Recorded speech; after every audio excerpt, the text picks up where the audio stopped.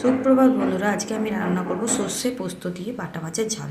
প্রথমে এখানে বাটা মাছগুলো ধুয়ে পরিষ্কার করে কেটে রেখে নিয়েছি।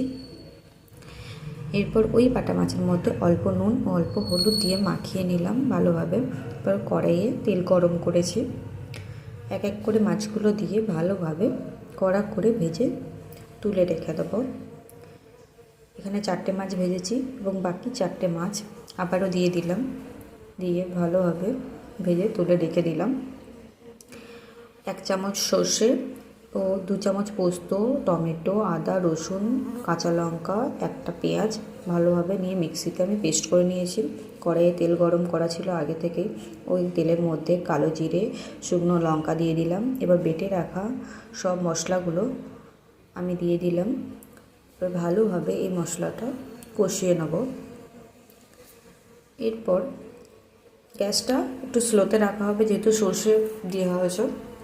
এরপর হলুদ, লঙ্কা, ধনে, জিরে ও নুন দিয়ে ভালোভাবে আবারও মশলাটা কষিয়ে নেব। 5 মিনিট পর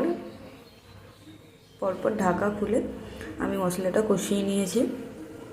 মশলা থেকে যখন তেল বেরিয়ে আসবে তখন 1 কাপ জল দিয়ে দেবো মশলার মধ্যে, এবং মশলাটাকে ভালোভাবে কষানো হয়ে গেছে এবং জলও বেরিয়ে গেছে, তেল বেরিয়ে গেছে তাই জল দিয়ে দিয়েছি।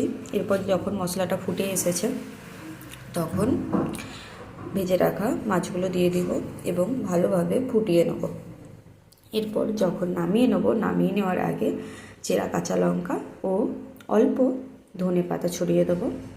তাহলে আমাদের রান্না কমপ্লিট হয়ে যাবে। আমাদের রান্না কমপ্লিট হয়ে গেছে। এরপর এটা নামিয়ে নেব।